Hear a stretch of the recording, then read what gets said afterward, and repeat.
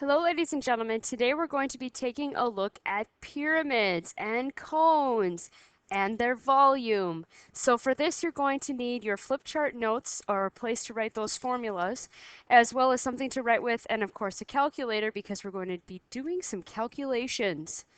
So let's first start by opening up your little foldable guy to the pyramid page. Now on one side you have written your surface area formulas, you have all the surface area stuff. On the other side of that staple you need to write some volume.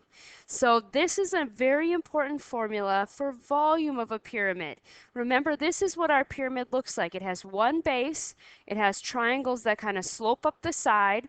There's a lateral height or an L, a slant height there on the side, and then there's an H height up and down in the center of that pyramid.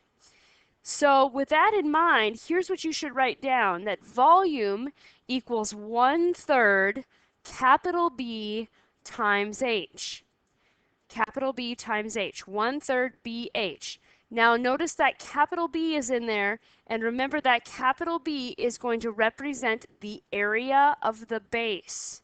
So the base area, and the H represents the height, and that's going to be inside of our pyramid now, not slanted on the side there. So that H height, as you see there in our diagram, and the B is the base area, so whatever's on the base of that pyramid. So let's put one example into your notes right where you put that formula or near where you put that formula. Let's draw this picture.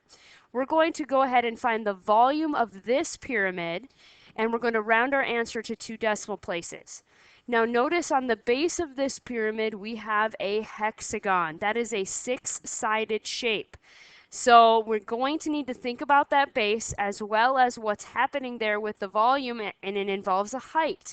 So remember, our formula for volume is 1/3 capital B H. So capital B is the area of the base. So before we can find this volume, we're going to need to find the area of whatever's happening on the base there. And then remember, in our case, it's a hexagon. So I'm going to go ahead and draw that hexagon to the side here so I have a little bit more writing room. We have a 6 for a side length, and remember, to find the area of a hexagon, we're going to divide them into little triangles. So if the whole side down there was 6, then that means that this little piece here was just 3. Oops, I kind of put that in a bad spot. Let's try that again. So this little piece down here is 3. And we need to find this height over here in order to find the area of that triangle. So to do that, we're going to use a sine, cosine, or tangent, or a special right triangles, Pythagorean theorem, whatever we need to find that height. Now, because this is a hexagon, we know that there are 720 total degrees. I got that by taking 6 minus 2 times 180. There's 720 total degrees. That means in each corner or each angle of our hexagon, there would be 120 degrees. Dividing that by 6. Except in the corner of our little triangle here, there'd only be 60 because that's half of 120. So in order to find the height of our triangle, you could use special right triangles. I think I'll use my tangent here. I'll do tangent of 60 equals x over 3, opposite over adjacent. So the tangent of 60 from a calculating device, then times 3. So tangent of 60, and then take that answer times 3, and I have my x is 5.196, so roughly 5.2. So that means the height of my triangle here is 5.2. Well, what's the area of that one little triangle then? The base of the triangle is 3 times the height of the triangle, 5.2. Divide that by 2 because that's the area formula for a triangle. Base times height divided by 2. So we'll take that answer, which is 7.8. We'll take that answer now times 12 because there would be 12 little hexagons inside, or 12 little triangles inside my hexagon. So I get a total base area of 93.5. Now that's just the area of the base, the hexagon base.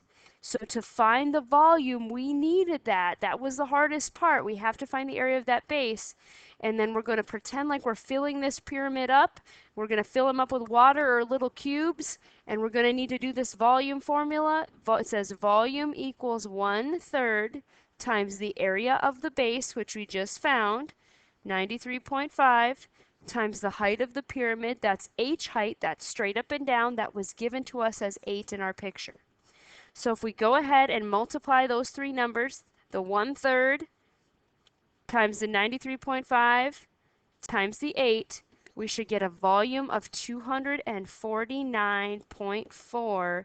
And remember, this is cubic centimeters now, not square centimeters, because we're filling this little guy up with cubes of units, okay? Cubic units. So that's how we calculate the volume of a pyramid. Let's take a look at that cone formula, or volume of a cone. Same idea. You have that one base, so it's going to look similar. Volume equals 1/3 area of the base times the height, but in our case, the area of the base is a circle, so it's pi r squared times the height. So this is the formula that we would use for cone, 1/3 pi r squared height. And you're going to need to write this on your cone page, and then we're going to do one example right after this. So here's our cone example. Let's draw that picture. We're going to find the volume of the cone. To find the volume of a cone, 1/3 pi r squared h. That's our formula. So if I start plugging in what I have, 1/3 pi, what's the radius? Well, that's 5. Give it to me right here. The radius of my cone is 5. And then what's the height of my cone? Be careful, the height goes straight up and down, not to be confused with the slant height there of 13. So we don't actually have a height number. We're going to need to figure that out. To figure out this height number right here, perhaps Pythagorean theorem would be a good choice. We do 5 squared plus x squared equals 13 squared. 5 squared is 25. 13 squared is 169. Subtract x squared equals 144.